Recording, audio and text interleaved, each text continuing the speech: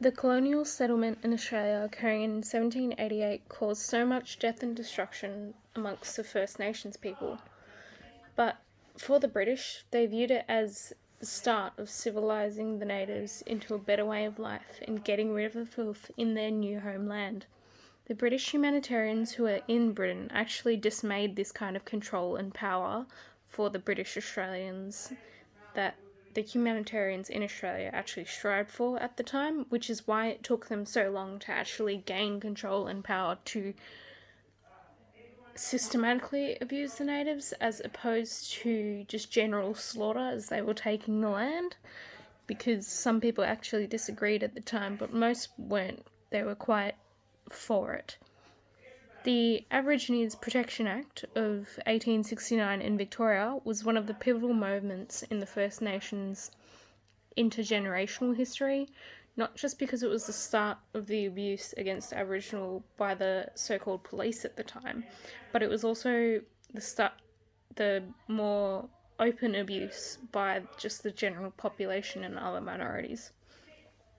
The wealthy Australians actually viewed this act as a time to educate and protect the interests of the Aboriginal people and finally take control and make the race and culture of the First Nations people disappear because they were thought to be lesser than them.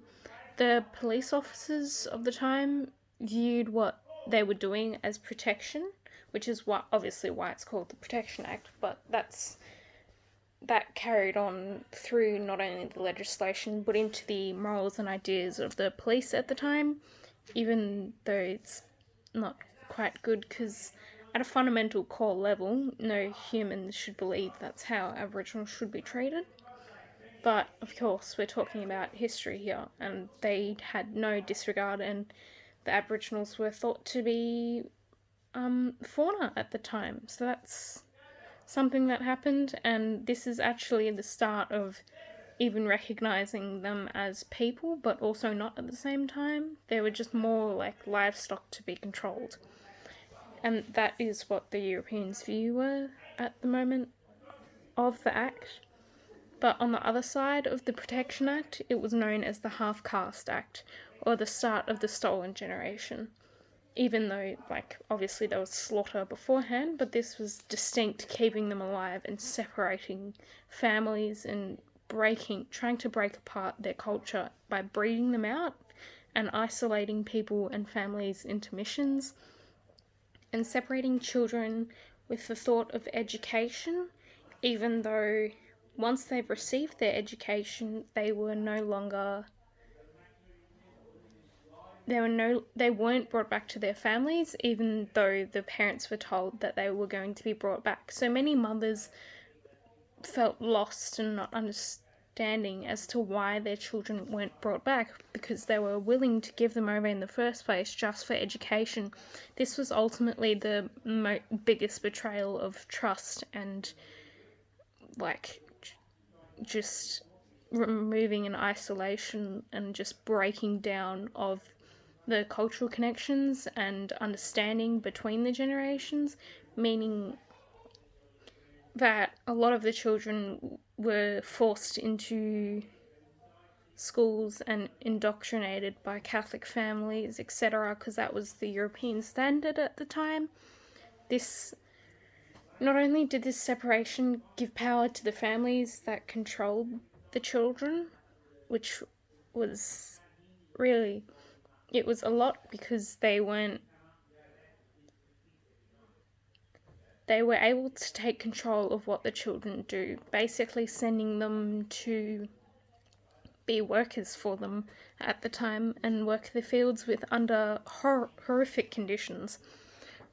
But even then that was no comparison to the power that white police officers had at the time, because the police weren't regulated in their registry very well, no proper background checks, etc. They were basically given the power to tear apart families and brutally force helpless children into foster homes and orphanages and enforce the treatment of that they were basically animals. Victoria was the first colony to enact this legislation and create basically setting up a long-term path of suffering and torment to all First Nations people. It was argued by those who pressured the governments into creating this act that it was, quote-unquote, framed by paternalistic, well-meaning men intent on protecting Aborigines physically and morally. This was the justification for the Protection Act being put in place in the first place. The police involvement of the events that occurred when the Aborigines Protection Act occurred in the first... The police basically enforced the terrorisation of the First Nations people and stopped the cultural understanding of who they belong to and themselves, because they removed them at such an early age that there was barely any recollection or even like statistics or like historical written down connections between those children and their families, not even on an analysis side, because they weren't really thought of as anything helpful. And it basically helped cover up the disconnection between the families by not even recording it that it happened. And not recording that the children were abused and separated from their families and abused in the orphanages quite often by the police that were supposed to protect them. And because of this Protections Act, the Half-Caste Act, it basically started the validation of institutional and government policies that allowed the abuse against the First Nations people. This has carried on in society and has carried on and transformed in some ways, but also stayed very similar in other ways. The abuse of power has stayed consistent, but it has transformed into a deeper systematic abuse of the First Nations people, clothed and covered up in apologies today, that with changes that aren't equivocal to the root of the intergenerational suffering. And it's very hard for non-Indigenous people to understand and use their power in the correct way to help and repair the suffering that has been caused, mainly due to the lack of representation in the political system and the media. The casual racism has stayed the same on the surface level of the Australian population, which is why there is a lack of representation in the media in the first place, because it means that they'd have to alter the status quo. The racism and degradation of the First Nations people as people is far more uncommon, the racism and degradation of First Nations people as people is far more common within the justice system and the police process. There is a large disproportionate amount of First Nations people imprisoned, which was at a 15 times higher rate as recorded in 2014. Healthcare issues as a result of the intergenerational traumas have not been really dealt with. They've basically been viewed as something that should just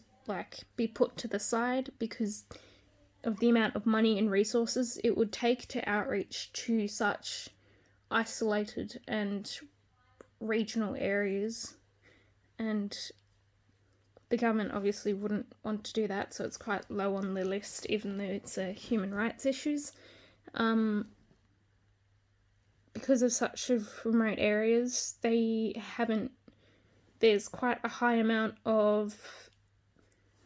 not only false imprisonment, but also high smoking rates and alcoholism because of the trauma, but also because of how the healthcare system has failed them in ways of just not being there to support the health of Aboriginal people because of them being in such remote areas. The cultural degradation has continued having an effect deeply. The cultural degradation has been something that the Aboriginal people and First Nations people have tried to bring back amongst their communities, but it is an irreversible change in terms of discovering their own dialects and histories when it's basically been destroyed and slaughtered with the mark of the white man.